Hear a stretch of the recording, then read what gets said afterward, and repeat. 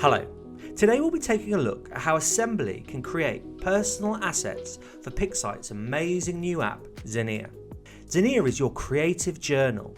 Head over to the App Store and download the most creative way to document things that matter to you most. Keep a diary planner or a daily journal, set up a habit tracker or make a collage. Now, although Zinnia already has a vast number of creative assets, you can also import your own stickers and images, and this is what we're going to do today. So let's head over to Assembly and start creating 3 assets so we can import them into Zinnia. Now I need a habit tracker. I love coffee, but 1 cup turns to 2, and after 3 I'm climbing the walls. So let's create 3 personal icons I can start using to track my amazing habit.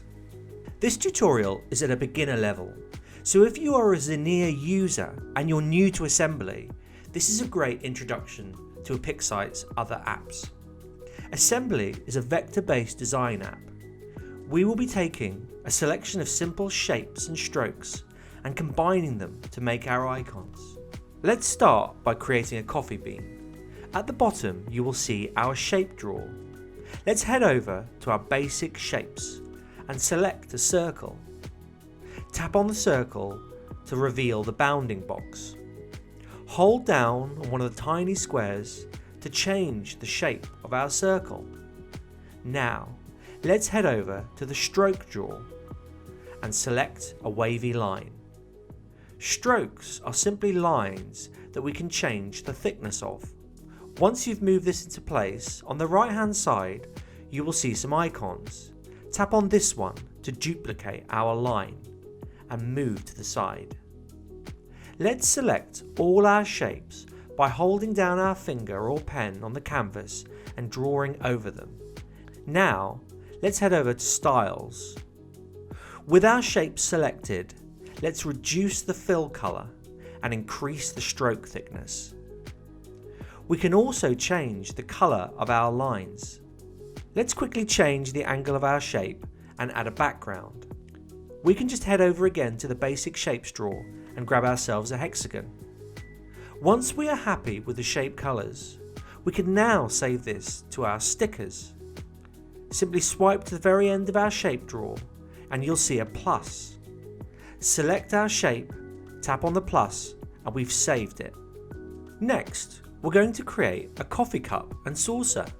Grab a circle once again, change its shape using the bounding box squares, reduce the fill and increase the stroke, and then duplicate.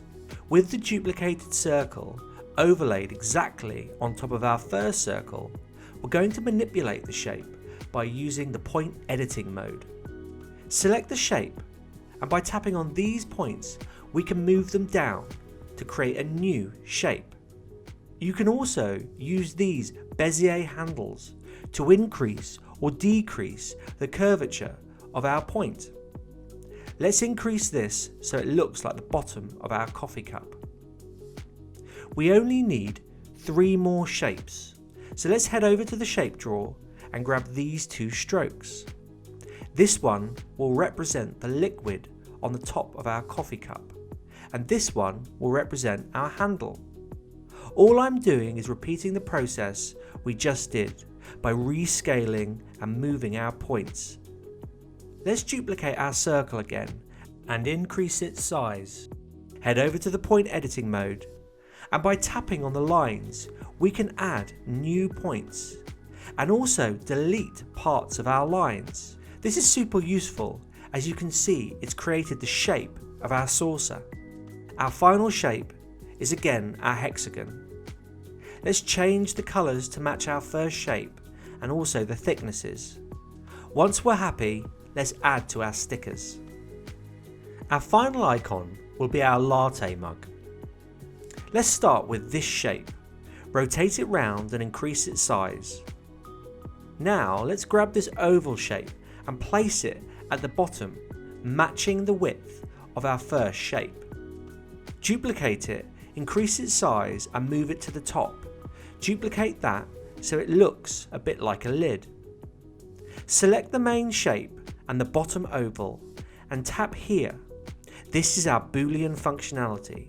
By tapping here, we can create a brand new shape that is the combination of our previous two. Let's do this at the top, but first let's add a rectangle that connects these two shapes to create our lid.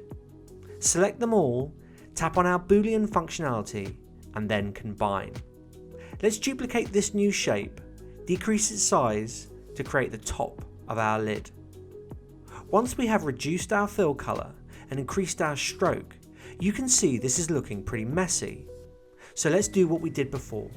Simply head over to the point editing mode and add some new points, and then delete the lines we don't need.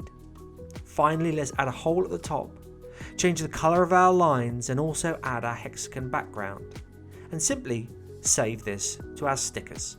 Now we can import all our stickers into a single canvas. By doing this, we now have the ability to select them all and change the thickness of our lines and the colours to make them more consistent. Now we can save these out individually. Tap on the export button, select PNG with a transparent background.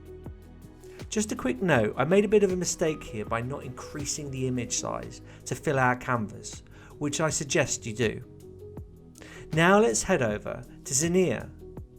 Tap on New Journal, and I'm going to select a blank canvas. Now I'm going to search through the tracker templates and select this one. We can now grab our icons by tapping on the image button, selecting our icons from our saved photos and quickly moving them into the positions we need them to be in. Let's add a key and add some text next to our icons. Now this is just a super simple, straightforward design. But Zinnia has some extremely beautiful assets and tools to make your final designs a lot more pretty. Now I'd love to see them, and I hope Assembly can help you in your creations. Hope you've enjoyed this tutorial, and I'll see you again next time.